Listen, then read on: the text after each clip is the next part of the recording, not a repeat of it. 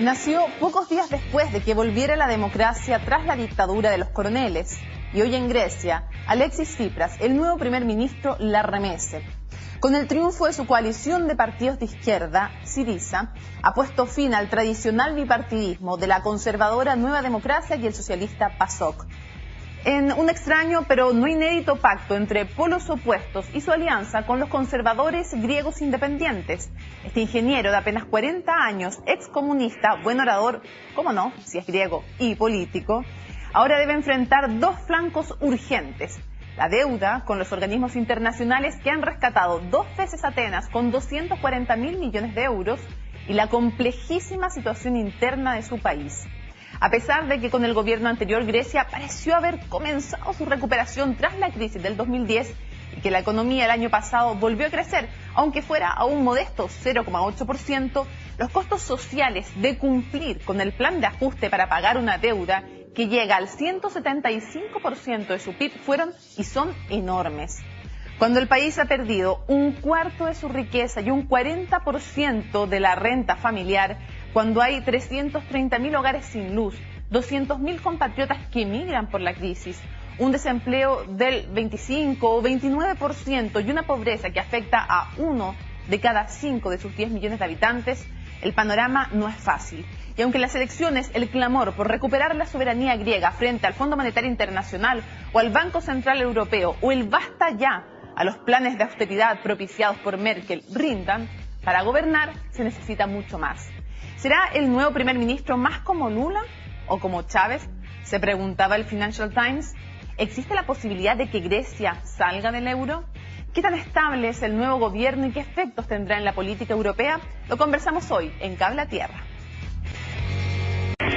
Hola, ¿cómo están? Bienvenidos a un nuevo capítulo de Cable a Tierra. Hoy vamos a analizar la situación en Grecia y las consecuencias que tiene también para el resto de Europa el triunfo de este hombre, Alexis Tsipras, de Syriza, un partido de izquierda, un partido bastante más escéptico a la austeridad, completamente escéptico a la austeridad, que propugnan, entre otros, Angela Merkel en Alemania. Y para eso nos acompañan nuestros panelistas. Beatriz Hernández, qué gusto tenerte nuevamente con nosotros. Tenerlos. Hola, Mónica. Y al próximo en la familia. Bueno, ella es doctora en estudios europeos y además es académica de ICSO de la Universidad Diego Portales y española por lo demás. Gracias por estar con nosotros. Gracias. También nos acompaña Florent Sardou. Muchas gracias por acompañarnos.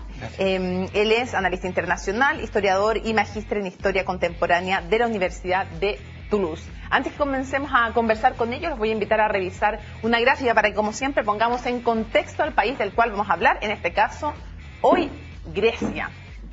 Vamos a hacer un par de apreciaciones y quiero que revisemos, bueno, Grecia, que oficialmente no se llama Grecia. ¿Cómo me van a decir ustedes no se va a llamar Grecia? No, no se llama Grecia oficialmente.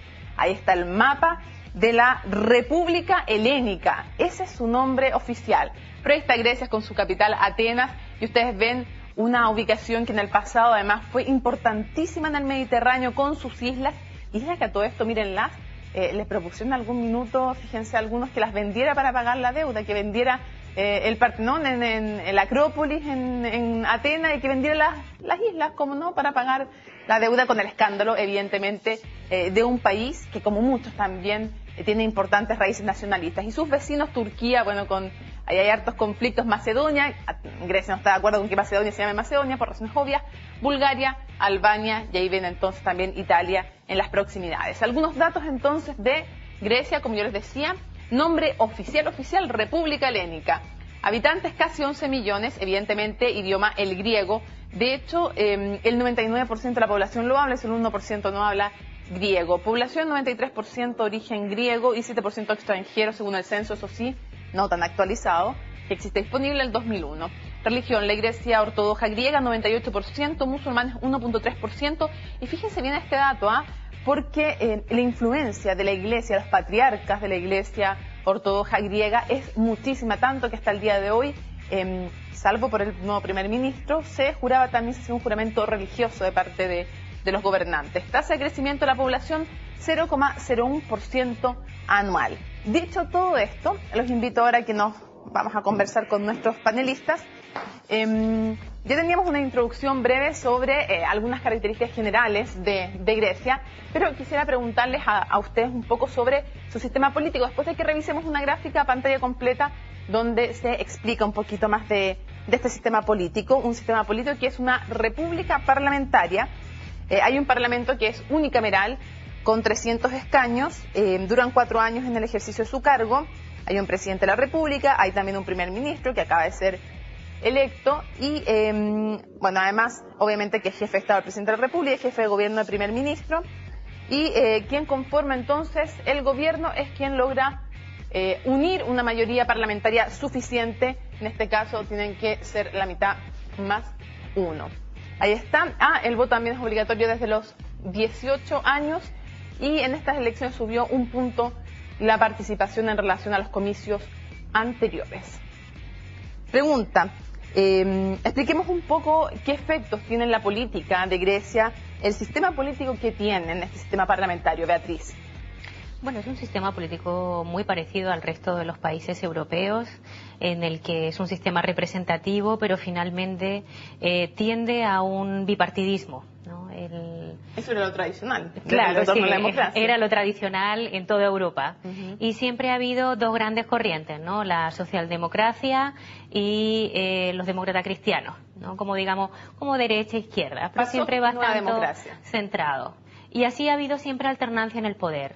En algunas ocasiones en las que no se alcanza la mayoría absoluta, se llaman los partidos, digamos, bisagra, los pequeños partidos que, por ejemplo, en el caso de Alemania han sido partidos liberales, partidos verdes, en el caso de España han sido partidos nacionalistas, regionalistas, y en otros casos han sido, por ejemplo, pequeños partidos comunistas, pequeños partidos de más izquierda, ¿no? Que ayudan a conformar con claro, que ayudan a conformar. Entonces, es bastante común en Europa tener dos grandes corrientes, dos grandes partidos, que normalmente hacen coaliciones con otros pequeños para poder gobernar. Fran, preguntarte, bueno, el voto obligatorio lo decíamos, 300 escaños, una unicameral, el Parlamento, a diferencia del chileno, que tiene 2 cámaras. Hay un 3% de votos como mínimo que tiene que obtener un partido para poder estar en el sistema, y además hay 50 escaños que le llegan como de regalo, me imagino que para ayudar a conformar mayoría a quien gana la elección, de regalo digo yo, como de bono en el fondo para conformar.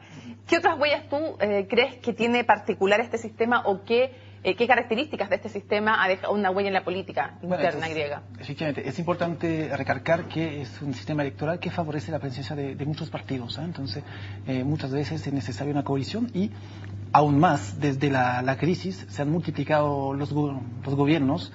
Y es el gran tema del sistema político griego hoy es una estabilidad real para un gobierno. En general no duran más de un año y medio. Esa es la dificultad también que va a enfrentar el nuevo primer ministro. Lo otro que hay que recalcar es que en ese sistema, como en España, hay un jefe de Estado. Tsipras no es el jefe de Estado, es el jefe de gobierno. Y el jefe de Estado... Y el presidente es el exacto, tiene un papel constitucional poco importante, pero lo que sí fue el problema de cómo reelegir el nuevo presidente que produjo estas elecciones que son anticipadas. Hubo dificultad en elegir el jefe de Estado por parte de la Cámara y eso produjo elecciones anticipadas. Exactamente. En un sistema parlamentario explica la gente también que evidentemente se pueden anticipar por ciertas situaciones las elecciones parlamentarias y por lo tanto hay que volver a conformar todo el gobierno. Quiero revisar la gráfica de resultados de las elecciones, pero no para que analicemos el resultado todavía, sino para que analicemos primero los partidos que hay en Grecia, los principales partidos que hay en Grecia y los ubiquemos de izquierda a derecha o de derecha a izquierda, para que ustedes se hagan un panorama cuando después me empiecen a explicar los panelistas las elecciones. Bueno, ahí tenemos Syriza a la izquierda, aunque yo tengo una pequeña discrepancia. Yo pondría al Partido Comunista, al KKE, más a la izquierda. Algunos lo han puesto así, pero pongámoslo más a la izquierda, entonces partamos con el Partido Comunista, luego Syriza, después el PASOK, que era como más socialdemócrata, el Topotami, que surgió recién, un partido centrista, proeuropeo, Nueva Democracia, tradicionalmente uno de los más importantes, junto con el PASOK, ahora están más de capa caída, pero de hecho fueron los segundos en las elecciones igual. Griegos independientes, más a la derecha entonces de la Nueva Democracia, y finalmente Aurora Dorada, que es ya nazi derechamente, y de hecho tiene su cúpula presa. Beatriz, me gustaría que con esta pequeña corrección que hicimos, que el Partido Comunista va más a la izquierda y empieza desde izquierda a derecha, o sea, desde el Partido Comunista hasta este grupo nazi, tenemos el arco completo de los partidos. Analicemos algunos de ellos. ¿Cómo definir primero a Syriza? Luego vamos a hablar de su líder, pero Syriza, que no es solamente un partido, es una coalición de colectividades, ¿no? Bueno, en Europa siempre han existido, siempre después de la Segunda Guerra Mundial se forman partidos más estables, y también hay una estabilidad en los partidos comunistas. Y los partidos comunistas, como yo te he dicho, es difícil que logren ser partidos que conformen alianzas con el gobierno, pero siempre han tenido una gran representación en Europa. Entonces, hoy en día, como vemos, el Partido Comunista en general, en toda Europa, no solamente en Grecia, hoy cada vez tiene menos votos. En el caso de Grecia, por ejemplo, no tiene partidos verdes, ¿no? Porque no tiene, digamos, una cultura verde, pero sí tiene una representación bastante típica dentro de Europa. De los 28 países de la Unión Europea, 19 hoy en día tienen partidos que son nacionalistas xenófobos, como es el caso de Aurora Dorada, que está en el extremo derecha. Y que tiene a su cúpula, además, en la cárcel. O sea, ni más ni menos, después del asesinato de una persona, quedaron en la cárcel su máxima cúpula. Bueno, no sé si toda la cúpula está en la cárcel, pero sí, claro, sí. Pero sí hay una relación efectivamente entre ese movimiento, que surge como movimiento, después se inscribe como partido político y está representado con escaño, con la violencia que se ha vivido en Grecia en los últimos años hacia algunos inmigrantes, ¿no? Bueno, entonces digamos que todo el esquema político es un esquema político tradicional, es normal dentro de Europa. Lo raro en este caso es que hay dos movimientos, uno que es Aurora Dorada y el otro Syriza, que no eran partidos políticos tradicionales, sobre todo en el caso de Syriza es un partido con militantes que vienen del Partido Comunista tradicional, como es el caso del líder. Ya decíamos entonces, a la izquierda los comunistas, Syriza, después también teníamos al PASOK, que era lo tradicional, con Nueva Democracia, que algunos dicen, se ríen de Nueva Democracia porque son bien conservadores, digamos, algunos columnistas y todo griegos ponían la vieja democracia, pasando por los centristas antes del Topotami, el río, y terminando en Aurora Dorada, y entre medio también entonces están los griegos independientes. Pregunta para ti, Fran. Syriza, ¿qué más podemos decir? ¿Qué más podemos caracterizar? Está menos a la izquierda, evidentemente, que el Partido Comunista, pero ¿quiénes son? ¿Cómo se forman? Que muchos de los militantes sí tienen raíces en el Partido Comunista, antiguamente entre ellos el líder, digamos, el actual primer ministro. Importante recalcar que en el paisaje político griego que estamos viendo hoy con estas elecciones, efectivamente la presencia del Partido Comunista griego es algo insólito, porque es un partido comunista que sigue presente cuando tiene una ideología, una línea política todavía muy atrasada, son marxistas duros, y por eso que justamente muchos decidieron irse de este partido y formaron esta coalición de partidos, eso significa Syriza, creo, sí. Coalición de partidos donde están representadas varias tendencias. Hay ecologistas adentro, los ecologistas hoy día políticamente en Grecia están dentro de Syriza, hay también maoísta, también hay marxista y hay también corriente pro-Europa. Entonces es una mezcla, digamos, de izquierda que efectivamente tienen en común de no ser socialdemócrata. Y eso yo creo que es la gran novedad de estas elecciones, que el Partido Socialdemócrata, el antiguo, tradicional, que normalmente está presente, el PASOK, que estaba en el poder casi siempre con una democracia desde hace 40 años, desaparece el paisaje político.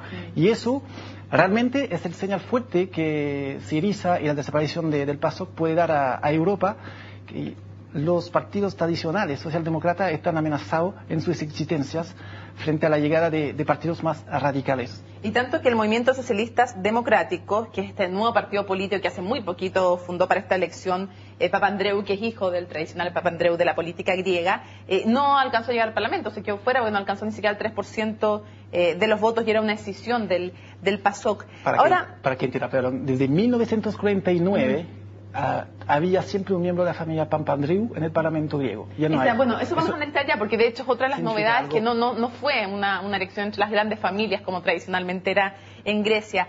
Pregunta, antes de que analicemos las consecuencias de esta alianza, para todavía hacernos un panorama, Syriza no obtiene la mitad más uno que necesitaba para poder gobernar sola y por lo tanto tiene que hacer alianza con ANEL en las siglas griegas o griegos independientes para entenderlo también, que está más a la derecha que en una democracia, pero evidentemente no son aurora dorada.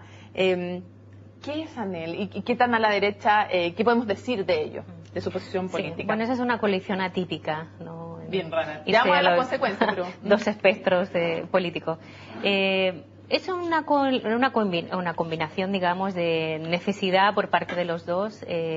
Evidentemente ya había una estrategia de campaña antes de ganar las elecciones.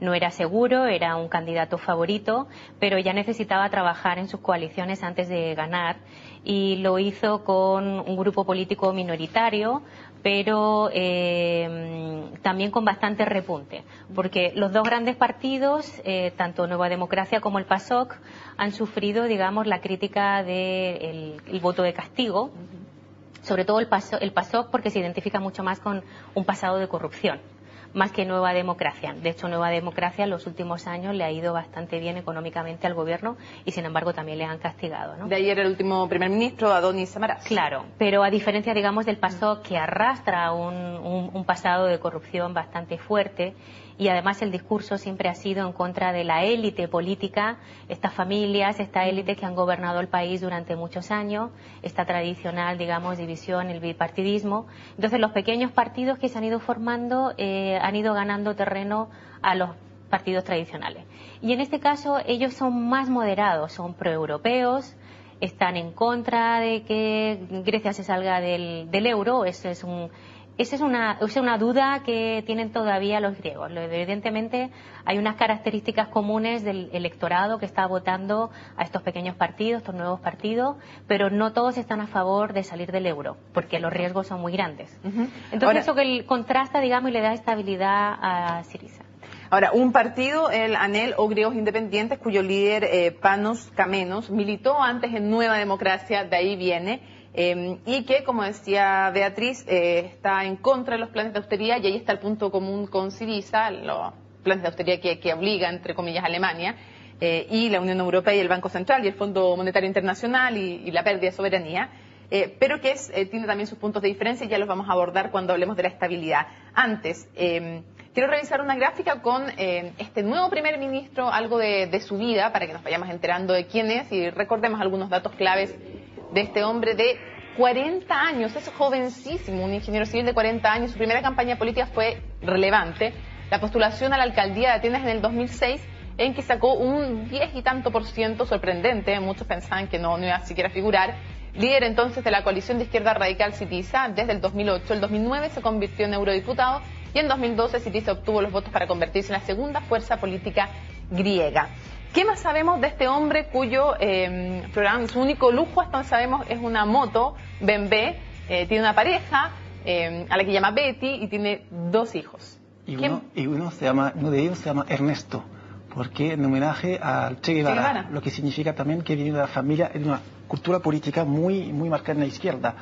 ¿Qué se podemos decir más? Efectivamente, Tsipras empezó militando muy joven como líder estudiantil, como algunos políticos ahora en Chile. Mira. Se hizo conocer muy joven por eso y a final de los 80 después empezó a militar en el Partido Comunista griego, es decir, el Partido Comunista duro, marxista, y de ahí se fue, como mucho siendo de este partido, de esta formación, y fue creando Syriza, esta coalición. Y hoy día, bueno, es un punto clave, yo creo, en el éxito de Syriza, Tsipras, por su carisma que tiene, en este caso. Muy telegénico, muy buen orador. Algunos decían, ¿cómo no? Si es político y es griego. Muy sencillo, nunca... No puede ser político y griego sin ser buen orador. Como nombre del pueblo, muy sencillo, nunca lleva corbata, incluso al principio de su carrera andaba muy relajado, no lleva corbata, muy honesto, y efectivamente es un punto en su favor, ya que, como lo dijiste, estas elecciones también sancionaron de alguna forma la clase política antigua.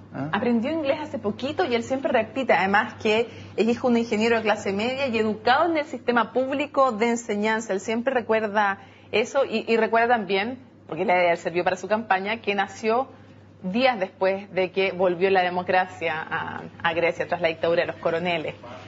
Los invito, antes de seguir analizando la situación, a que veamos una nota en que vamos a poder revisar cuál fue la situación previa, cómo se gestó esa crisis de 2010, que nos va a ayudar a entender también la situación de hoy. Años de elevado gasto fiscal y evasión masiva de impuestos llevaron a que en 2009 se conociera que el gobierno de Kostas Karamanlis había maquillado algunos datos económicos relativos al déficit fiscal y a la deuda griega, con el fin de cumplir con los estándares de la eurozona. La información la entregó el primer ministro entrante, Yorgos Papandreou, quien luego recibió la noticia de que las agencias de calificación de riesgo internacional habían reducido el nivel de confianza crediticia para el país. Esto significó que la deuda se hacía más difícil de pagar. Es por esto que el jefe de gobierno envió un presupuesto 2010 austero y salió a defender la credibilidad griega. Queremos asegurarnos de que Grecia sea creíble. Somos un gobierno de transparencia. Llegamos para luchar contra la mala gestión, el clientelismo y la corrupción, que son lamentablemente una de las razones por las que hemos perdido recursos. Pero las intenciones del primer ministro no serían suficientes. Protestas en las calles por los planes de austeridad que recortaban beneficios sociales y al mismo tiempo el riesgo de un inminente default hicieron que los países de la eurozona le entregaran a Grecia un paquete de rescate económico sin precedentes. 110 billones de euros, a cambio de medidas de austeridad aún más fuerte. Ayuda que se repitió en 2011, pero que no lograron sostener al gobierno de Papandreou, quien terminó renunciando a fines de ese año. Es obviamente una situación muy amarga. Los sacrificios deben hacerse, pero son medidas necesarias que deben ser tomadas. Creo que imponer estas reglas no fue fácil para nadie.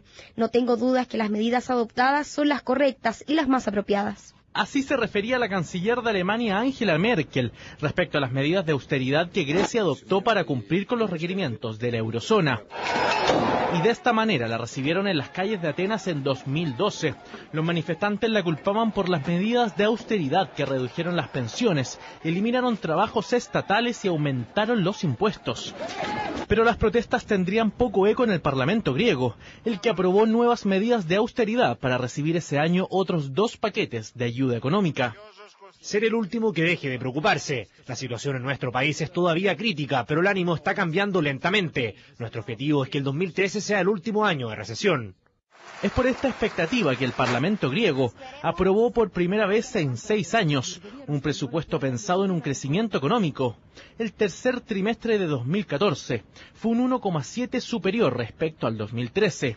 Datos económicos esperanzadores que, según el Fondo Monetario Internacional, deberían continuar para este año. Nicolás Ríos, CNN Chile. Ahí estaba la nota de Nicolás Ríos que terminaba ahí con la Acrópolis. Y querían algunos dar la idea, mira qué brutos, que vendieran eso, que vendieran un par de islas griegas para pagar deudas. Sí, algunos alemanes.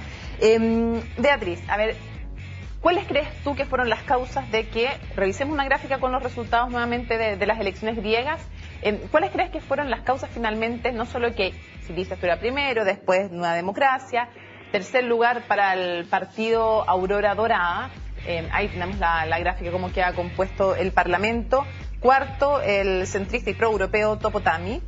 A continuación, el Partido Comunista. Después, Griegos Independientes. Y ahí agarrándose apenas el PASOK como último. ¿Cuáles son las razones más importantes para ti de esos resultados? Porque ya entendemos por qué avanza Syriza, ustedes ya lo han mencionado.